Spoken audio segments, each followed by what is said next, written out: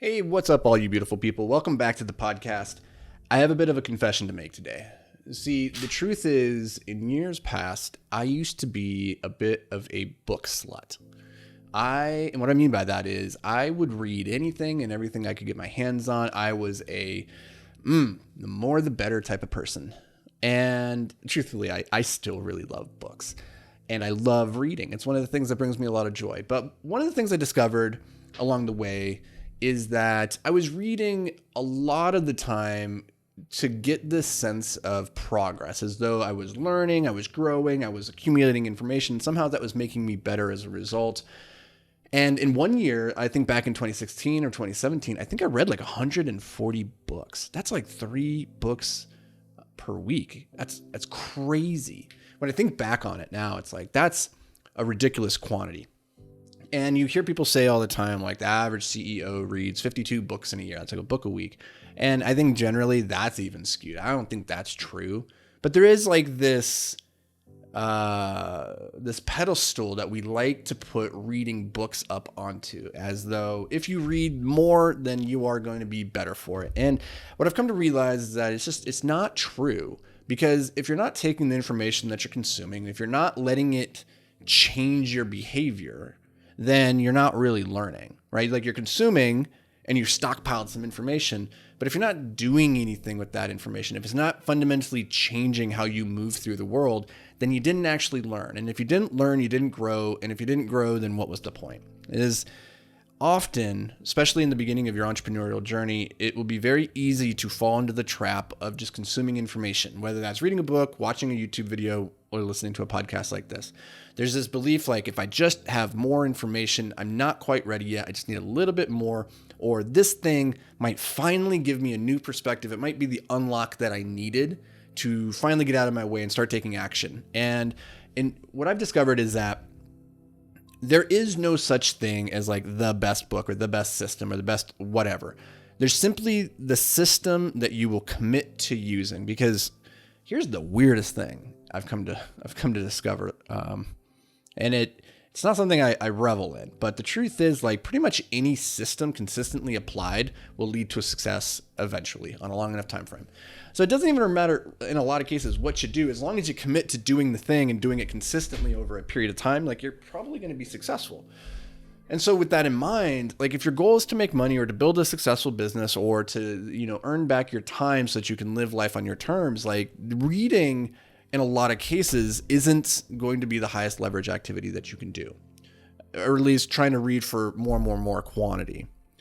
Instead, like a couple years back, maybe 2 years, I made a conscious commitment that I was going to read less, but better.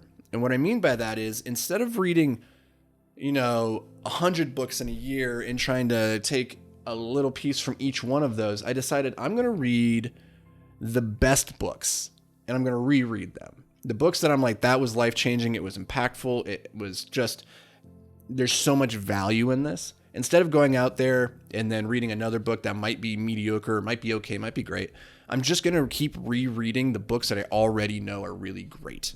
And I'm going to focus there. I'm going to focus all my time and energy. And that's what I've been doing. And it's been super helpful because these books that are fantastic, the books that are at the top of the heap in terms of the quality and the value that they give and the perspectives that they share, they're so deep that every time you read them, you uncover just a new piece of information, like a new angle that hits you differently. And you realize like, oh, I totally missed this the first time. And it's only upon like the third, the fourth, the fifth read through of some of these books where you really start to master the concepts. And that's really what's going to accelerate your path towards success. Isn't taking on ever more complexity and more information. It's just stripping down to the fundamentals, the basics, and mastering the simple foundational tactics. And so what I wanted to share today is, as we, look forward, what are the books that I like to reread every year that have been really impactful for me? So I'm going to share with you guys today 12 books that I think are worth rereading every single year. And they have been books that have served me incredibly well. Some of them are philosophy, some of them are mindset, some are around investing. There's a wide gamut here, so it's a little bit for everybody. But these are the books that I consistently come back to and think, wow, that was amazing. And so I hope they serve you. Book number 1, you've heard me say this before, is Meditations by Marcus Aurelius. This is the book that I gift the most frequently because this book has had the most profound effect on my life personally. It is the personal journal of Marcus Aurelius, who was the last emperor philosopher of Rome over, I think it was like 2,000 years ago. And he didn't write this for anybody else. He wrote it for his own purposes. It was his personal journal where he's wrestling with what's it mean to be a good human. And the things that he wrestled with are still the issues that we wrestle with today. And so I find this to be a timeless classic. Book number 2 is The Almanac of Naval Ravikant. This is a fairly new book. It was done by Eric Jorgensen, who this is really interesting. This guy, Eric, he just went out, got all of the podcasts that Naval was on, all the blogs that he had done, all the tweets, and he collected them and put them into a book, an almanac, so that we can easily consume some of Naval's most poignant thoughts. And I think Naval is one of the great thinkers of our current era. He's, for those that don't know, he founded AngelList. He's just a angel investor who just a brilliant thinker, not just on the topic of how to make money, but also on the topic of like the more important stuff, like how to be happy. And so this book it's so good. It's a treasure trove of one-liners. It doesn't read like a narrative. Naval did not sit down and write a book around this, so it's going to be a little bit disjointed. But I do believe that this is one of the best books that you can grab. And it's a nice one because you can also kind of flip through it like an almanac. You don't have to read it front to back. You can just open it to a page, consume a couple paragraphs, and have a pretty tasty little nugget to chew on for the rest of the day. Book number 3 is Anti-Fragile by Nassim Taleb. I love this book. I love Nassim Taleb. He actually features on this list a couple of times because I think he is the type of thinker who is so different from the mainstream that when you read it, it's so counterculture, you think, how does somebody like this exist? But he talks in a way that can be very abrasive, but so revelatory, where you take these concepts like risk and probability and you apply them not just to the world of investing or entrepreneurship, but just to your life in general. And you start to realize like, you've probably never thought very deeply on the topics of probability and risk and what's it mean to live an asymmetric life. And so I find this book is really, really fantastic.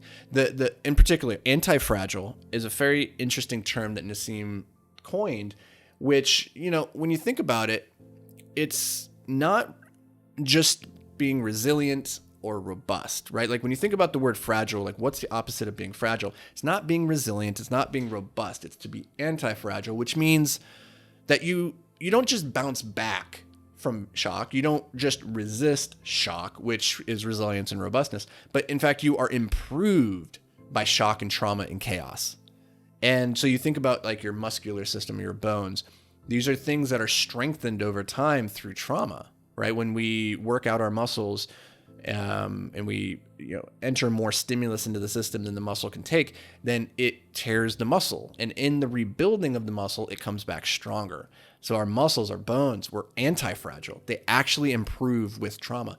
And if we can live our lives in a way where chaotic things that could happen in the world around us actually improve us and strengthen us rather than making us fragile or weakening us, well, that's what it means to be truly anti-fragile. So I think it's a really revelatory concept that's a lot of fun to think about.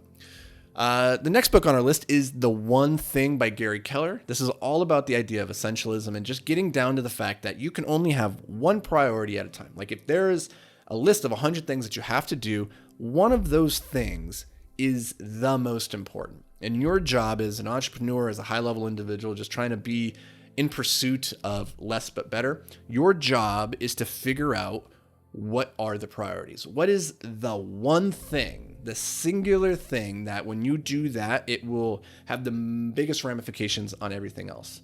And when you can get really clear on that and you can live your life in alignment with, I'm only going to focus on the thing that really moves the needle the most, then you start to realize some really incredible results by doing what we talk about all the time at Beyond the Apex, which is to do less better. The next book, you've heard me guys talk about this one so much. It's fantastic. The Psychology of Persuasion. influence. Actually, I think it's called Influence, the Psychology of Persuasion. That would make more sense. You do the title first and then the subtitle. Anyways, but this is by Robert Cialdini. This is the best book on the topic of persuasion and of influence that I've ever read. I think it's hands down the best book on the topic. So if you want to learn how to be more influential, more persuasive, this is the book for you.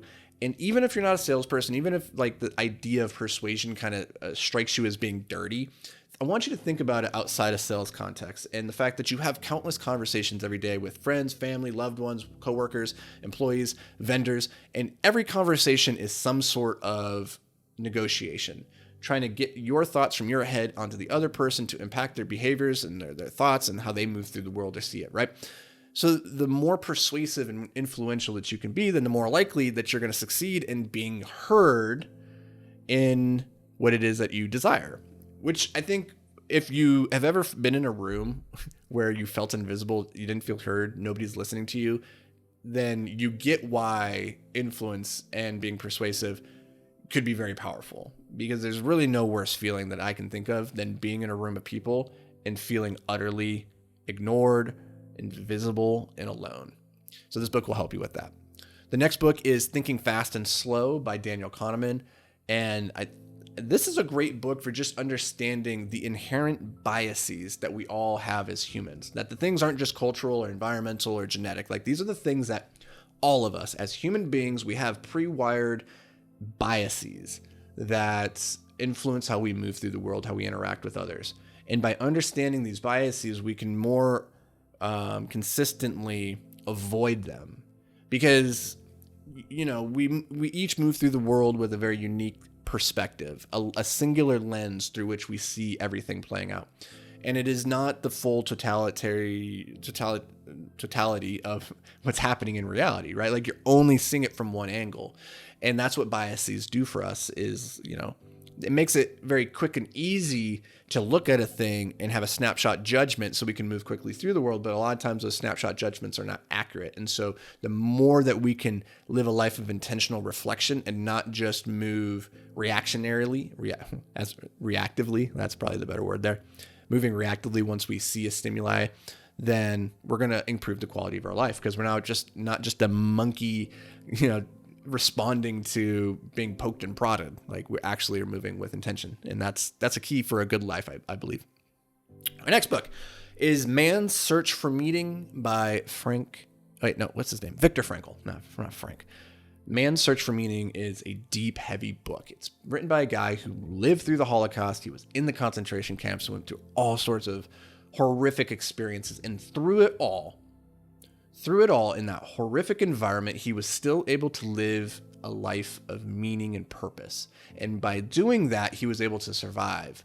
And what he found was that the people who were able to maybe not survive through, you know, the horrible period, because sometimes like a lot of them were just murdered and they didn't have a choice in the matter. But the ones who were able to like maintain their gratitude or their purpose, they had this larger meaning that they ascribed to their life, even in suffering. And I think that there are so many very deep, profound nuggets and pearls of wisdom in this book that for wherever you are in your life, you're probably pretty cozy and comfortable in the grand scheme of things, if you're listening to this podcast. And it's very, very helpful to read from the perspective of somebody who had everything stripped away and yet still found purpose, meaning, and dignity in life. And I think that's something that we can all benefit from applying to ourselves. Another book, The Most Important Thing by Howard Marks. This is a great primer for people wanting to learn about investing, not just investing in the stock market or real estate, but just like the high level macro concepts of what you need to think about when it comes to being a good investor, because so much of investing is not about rolling the dice and like making the bet. It's how you think about things. It's how you go through the decision-making process. And if you can improve your judgment, your ability to make good decisions, even by like 1%, 2%, 3%, that can have massive implications over the life of your entire investment career. So this book, very, very powerful for helping you with that. Next book is Fooled by Randomness by, again, Nassim Taleb.